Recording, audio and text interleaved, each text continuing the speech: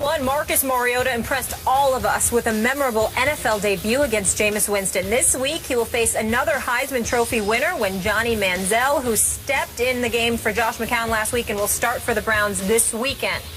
Stephen A., which quarterback has a better game when the Titans face the Browns, Mariota or Manziel? Eminem.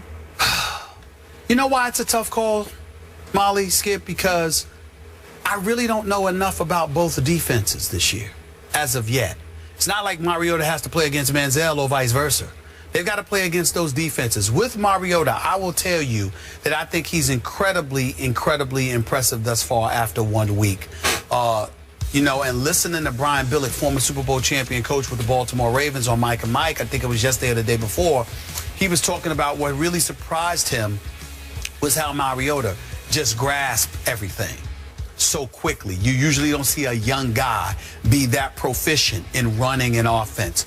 Well, I got to give Mariota credit about that, because this is a guy that threw about, you know, around 4 or 5 interceptions in this collegiate career, for crying out loud. This dude doesn't turn the ball over much.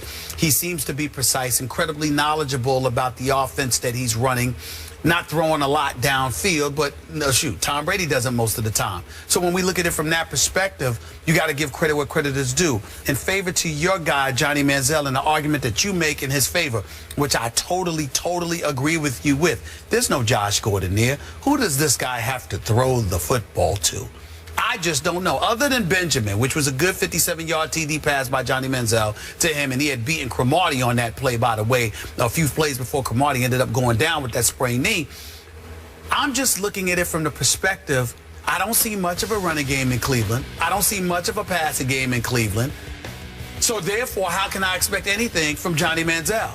Whereas with what Ken Wisenhunt is doing in Tennessee, with what they were able to do to Tampa, although it was facilitated by a bevy of turnovers on the part of Jameis Winston and that Tampa Bay offense, along with the defense, boy, Lovie Smith better get that together before he loses his job. I got to tell you, I'm going to give the edge to Mariota.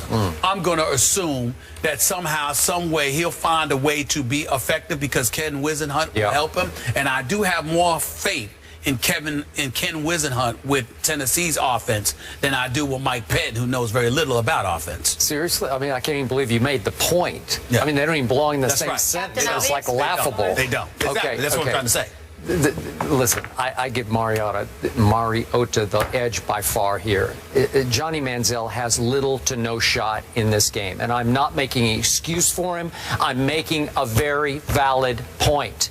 Johnny Manziel versus Dick LeBeau. Did you see what LeBeau did to Jameis last week in Tampa?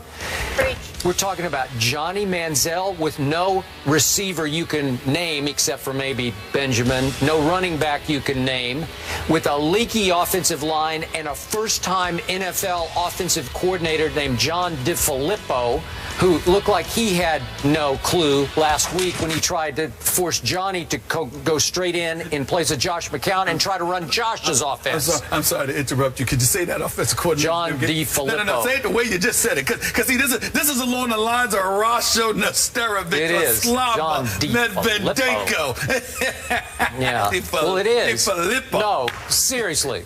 Who the heck is that? And where did he come from? San Jose State, I believe, was his last stop? I mean, what are we doing here? So at least Johnny got the first-string snaps this week. That's a benefit. Did he get all of them? And yeah, I hope so. And I hope that they will at least let him run maybe a rollout or a quarterback draw, or maybe 2 spread option plays. How about that? Let him do what he does, and maybe he will, as you say, survive this game. All right, we're going Mariota. Let's see how good he is, if he can go 2 for 2. Jay Cutler in the Bears are home garden to the Cardinals. Stephen A's distracting me because we're talking about Cuddy. Will Jay shut up his critics? Oh, he got a nickname now. Yeah, Cuddy. When did he earn a nickname? Marty and Cuddy. When did Jay Cutler earn a nickname? Next. From Get Marty this guy Bennett. out of here. Yeah, come on. Keep up. Probably as much as any team in the league. But I don't fear him, I can tell you that much. I'd much rather have a win against a first-ballot Hall of Fame coach, you know, and Belichick than a slappy coach. I mean, shoot, he's going to get what I got. You got him. We got the Gronk.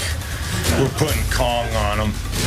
I get it. They got all the trophies, and they got the record says what it is. But, I think we got the same record as we had in that stadium on Sunday. It's a brand new team, and we'll see what happens. Don't talk about it, be about it. On Sunday, we'll see who can walk the walk, Belichick's Pats or Rex's Bills. Which team has the mental edge heading into Sunday, Mr. Bayless? I believe the New England Patriots won this week psychologically with one line from its head coach, from their head coach. Let's hear it. We've done okay. I think we've done okay against Rex Ryan. That's what Bill Belichick said. And that closed the case and closed the week for me. I like Rex. I love him in his press conferences and his media sessions. Loved having him on a show when we visited up to the training camp. He's the biggest thing in Buffalo since Jim Kelly retired. That place is going crazy over Rex, and it's in large part because of his persona and his showmanship and his mind gamesmanship that he plays with Belichick and Brady. That excites that region. That place will be on fire this Sunday. But I thought that Rex got a little too full of himself this week.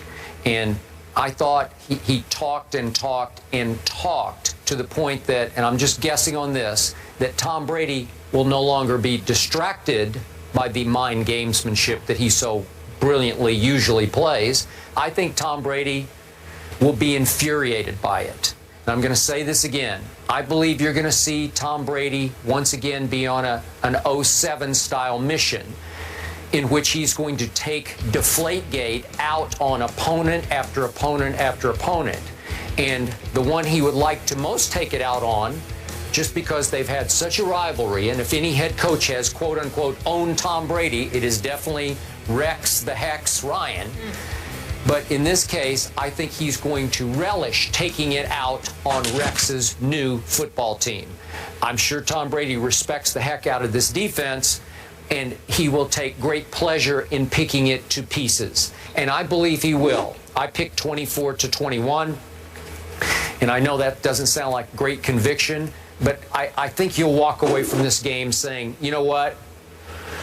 They walked in with the psychological edge, and they proved once again they're just a little better than even these Buffalo Bills. And I've got the Bills as a wild card team. That's not going to change off this game.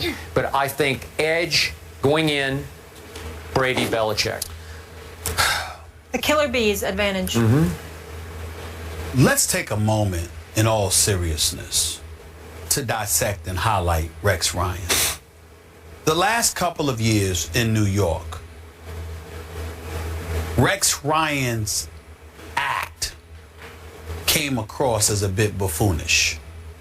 I'm never calling him the man that, because you certainly don't want to get caught up in characterizing individuals in a derogatory fashion. And I'm certainly not doing that with Rex Ryan. I'm talking about his act. Yeah. Not talking about him, the man. But even though his act came across as a bit buffoonish, it was first validated by him talking the talk and delivering the Jets to 2 consecutive AFC Championship games. Yeah. Now let's fast forward to Buffalo.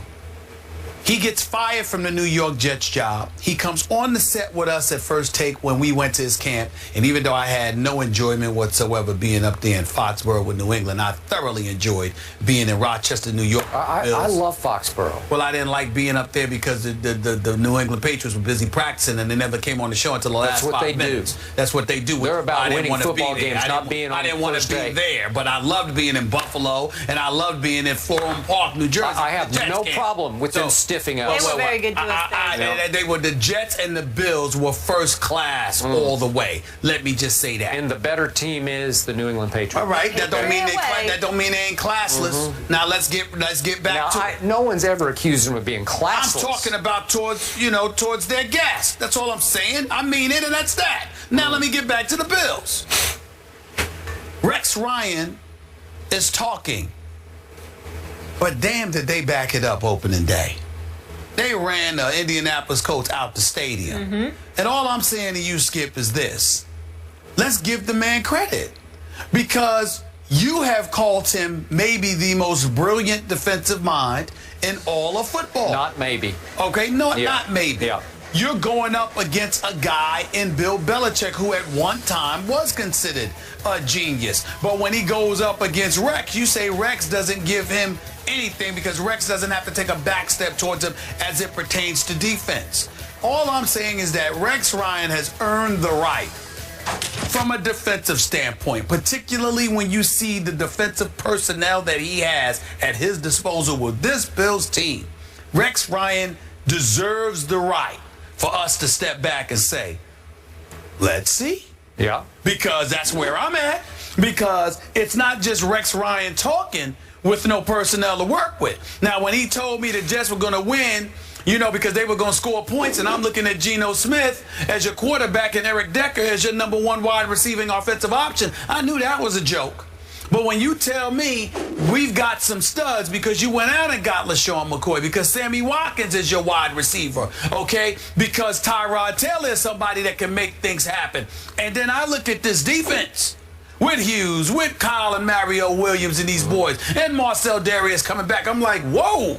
And Gilmore and those guys. I'm like, okay, these brothers can get at you. And that's all I'm saying. Tom Brady may very well be great, but he might need to be great in order to get out of there alive on Sunday afternoon, figuratively speaking. I think he'll be okay. I think he'll, all right, he'll survive. I'm just saying. I'm just saying. I ain't mean it literally. I'm just talking in football vernacular. No, I got I'm saying, look, man, these guys are coming. And we know that Rex has brought the house when he hasn't had personnel like this. He had a strong secondary in New York. In Buffalo, he's got a front seven, man, that might be the best in the NFL. Okay. It's not a joke. All right. It's definitely not a joke. Now, back to psychological edge. Now we're being told that the Buffalo Bills official pro shop is selling little air pumps used to inflate or deflate footballs, selling them to the fans, maybe to take to the stadium. So we're being told. Not a big deal, but I'm telling you it's going to be a deal. I will admit to you. I will admit to you, to do something like that to a guy like Tom Brady, he'll pay attention to that. I do believe he will take that to heart, and he will take it out I'm just on the saying, Bills. He's the kind of he guy. Will. Listen, he is the kind of guy. Michael Jordan not only taught us that, he taught me, look, little things that get said or implied to you, to the great one. I completely agree. We always hear that. Yep. Tom Brady's great. Advantage Brady. We have to leave it there. LaShawn McCoy did participate in drills, so that should be a good sign that maybe he'll be going on Sunday. Let's hope so. Speaking of Sunday, we got another matchup of Heisman-winning quarterbacks Marcus Mariota and the Titans face Johnny Manziel and the Browns. Johnny is starting. We'll discuss that one next. Who has the upper hand? Don't miss that. I said Eminem. I'm surprised that Molly wouldn't pick up on that, considering that Molly starts with an M.